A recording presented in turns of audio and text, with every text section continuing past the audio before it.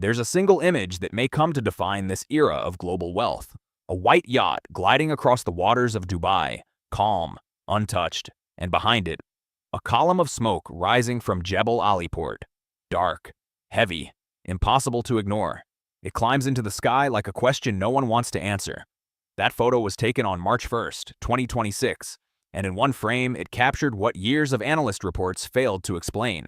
Because what was burning wasn't just infrastructure. It wasn't the port, not the airport, not even the luxury hotels. What started burning was an idea. For nearly 2 decades, Dubai sold a simple promise. Bring your money. Bring your ambition. This is where wealth is safe. No income tax, no capital gains, no inheritance tax. A perfect system. But here's the question no one asked before. What happens when the safest place in the world suddenly isn't safe anymore? For years, Dubai built something that felt almost untouchable. Not just a city, but a system designed for global wealth. It wasn't luck, it was engineered. At the center of it all was a simple but powerful foundation. Zero tax, no personal income tax, no capital gains tax, no inheritance tax. For the ultra-wealthy, this wasn't just attractive. It completely changed the math of keeping money. But tax alone wasn't enough. Dubai understood that early, so it built infrastructure around it. Legal systems, financial zones, global connectivity. The Dubai International Financial Center became a critical piece. It operated under English common law. That gave international investors something rare in the region: familiarity, trust. By early 2026, the numbers told the story clearly. Hundreds of banks, over 100 hedge funds, hundreds of asset managers, and more than 1,000 family office-related entities. Together, just the top 120 families managed over $1.2 trillion. But then came the real catalyst, the golden visa.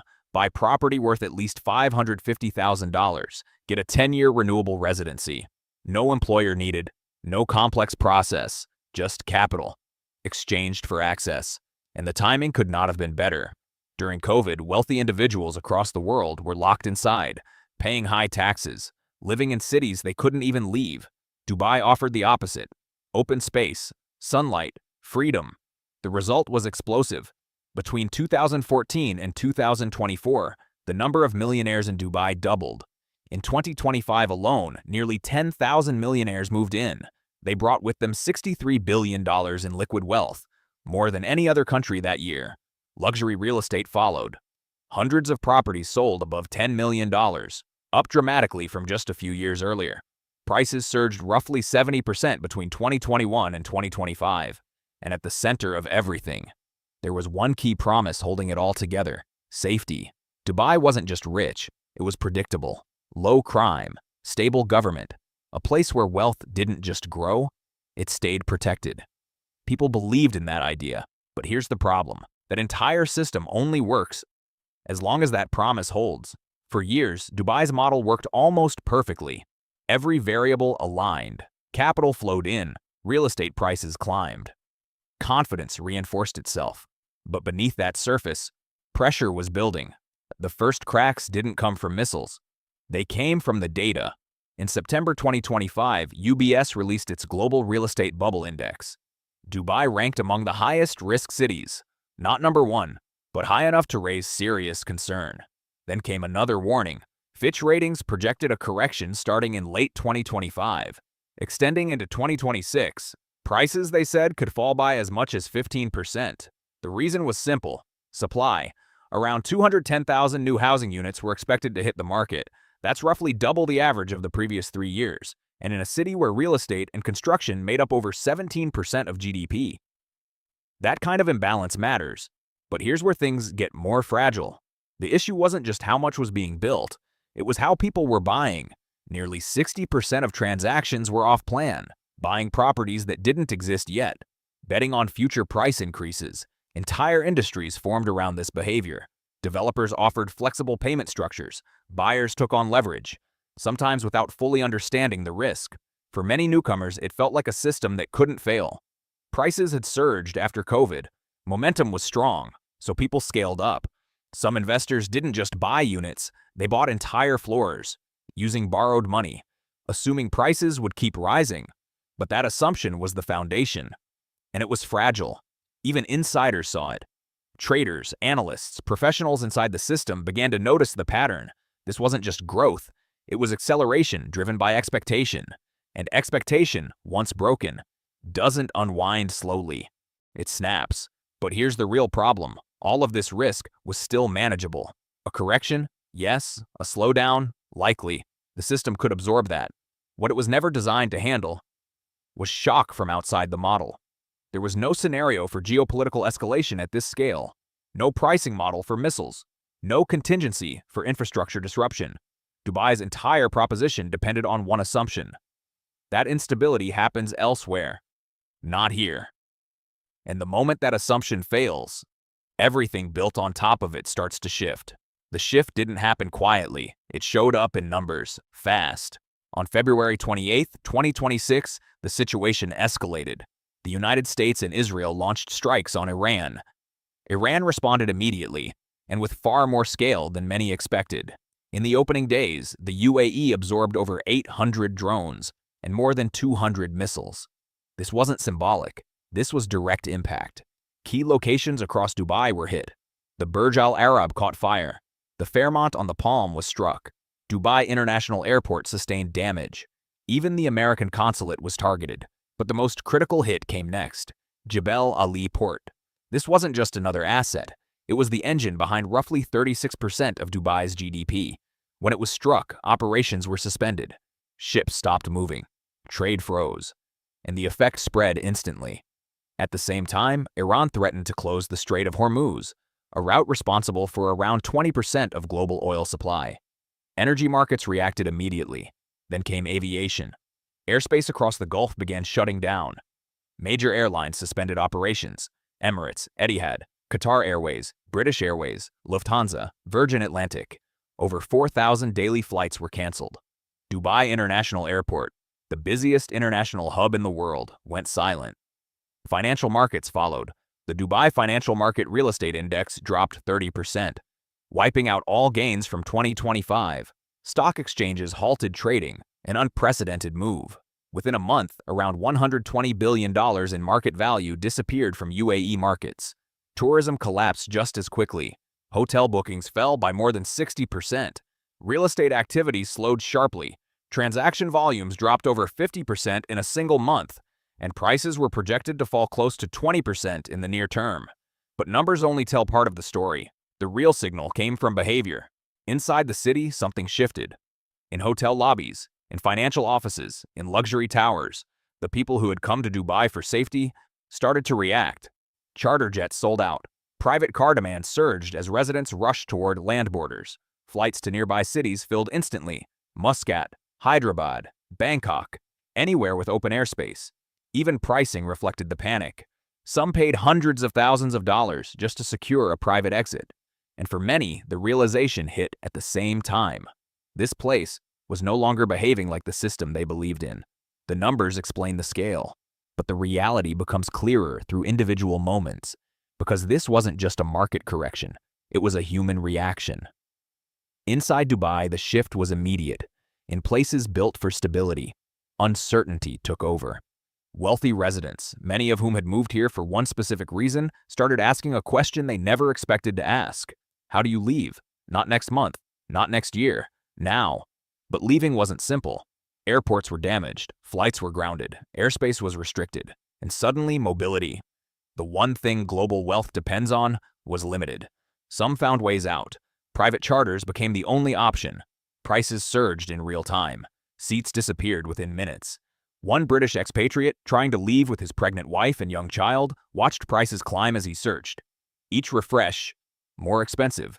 Each delay, fewer options. For others, the decision became more personal. A Turkish mother living on the Palm looked out at smoke rising near her home and made a calculation that had nothing to do with taxes. Safety suddenly outweighed everything else. But here's the nuance. Not everyone left. Dubai is home to around 3.5 million people. More than 90% are expatriates. And most of them stayed, at least in the beginning, because structurally, many things were still intact. The tax system hadn't changed. Banks were still operating. Financial infrastructure remained functional. From a purely economic perspective, the case for Dubai still existed, and some analysts pointed that out. The reasons people came here had not completely disappeared. But behavior tells a deeper story. Wealth doesn't move all at once. It moves in layers. First, the most flexible individuals adjust quietly. Those without deep roots. Then come the conversations. Private discussions with advisors. Calls to lawyers in other countries. Exploring backup plans. Real estate agents in cities like Monaco and Geneva began receiving a different kind of inquiry. Not curiosity, urgency, not should I move, but how fast can I move if I need to? And then comes the most important shift. The pipeline slows. The next wave of incoming wealth starts to hesitate, and for a city like Dubai, that depends on constant inflow. That hesitation matters just as much as people leaving. At first glance, this looks like a crisis, a sudden shock, but the deeper reality is more structural, because what broke in Dubai was not just infrastructure, it was the core assumption behind the entire model. For decades, Dubai positioned itself as the exception, a place outside regional instability, a controlled environment in an unpredictable part of the world. Every previous crisis reinforced that idea. The 2008 financial crash. Property values collapsed, but the city recovered. COVID disrupted global movement. Dubai reopened faster than most. Even during regional tensions, Dubai remained untouched. Each time, the same message held. Come here, because here is safe. But this time is different. This time, the disruption didn't happen around Dubai. It happened inside it. Missiles reached the city, infrastructure was damaged, landmarks were hit. And that changes the equation completely, because once risk becomes local, it can no longer be ignored. And here's where things shift. Wealth is not just about returns. It's about predictability, the ability to model outcomes, to estimate risk. Dubai's system worked because it removed uncertainty from the equation. But now, a new variable exists, geopolitical exposure. And that variable cannot be priced easily. It doesn't follow normal cycles. It doesn't move with interest rates. It appears suddenly, and when it does, it overrides everything else. This is where the psychology of wealth changes. Investors don't wait for full collapse. They react to broken assumptions. Even if the system still functions. Even if the fundamentals remain. Because confidence is not binary. It doesn't go from strong to zero. It weakens, gradually, then all at once. And once that confidence is damaged, it doesn't return in the same form. It returns with conditions, with caution, with contingency plans. This is the critical shift. Dubai is no longer evaluated as a perfect safe zone. It is now evaluated as one option among many. And in global capital flows, that difference matters more than any short-term loss. The immediate damage was visible. Markets dropped, flights stopped, infrastructure took hits, but the deeper impact is slower and far more significant. Because this isn't just about what happened, it's about what changes next. For Dubai, the core challenge is not destruction, it's perception. The city still has its infrastructure. Its tax system remains unchanged. Its financial centers are still operating. On paper, the model still works. But global wealth doesn't move on paper alone. It moves on belief, and that belief has been altered. Not erased, but weakened. And when belief weakens, behavior follows. The first impact is subtle. Fewer immediate commitments. The ultra-wealthy don't rush decisions. They delay them. New relocations slow down. That pipeline of nearly 10,000 millionaires per year no longer feels guaranteed. And for a system built on continuous inflow, that matters. Then comes capital allocation. Investors begin to diversify geographically, not by leaving entirely, but by splitting exposure. Operating in one place, living in another. Earning in Dubai, anchoring elsewhere. This is where the shift becomes structural. Dubai doesn't collapse. It evolves into something different.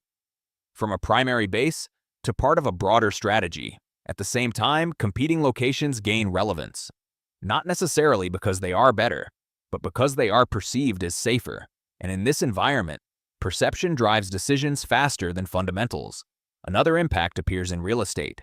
Not just price declines, but behavior change. Speculative buying slows. Leverage becomes less attractive. Off-plan demand weakens. Buyers start prioritizing liquidity, flexibility, exit options. The mindset shifts from growth to preservation, and this affects the entire ecosystem. Developers, agents, financial institutions, all of them were built around momentum. Now they must adapt to caution, but the most important impact is long-term. Dubai's brand has changed, not completely, but permanently. Before, it represented certainty.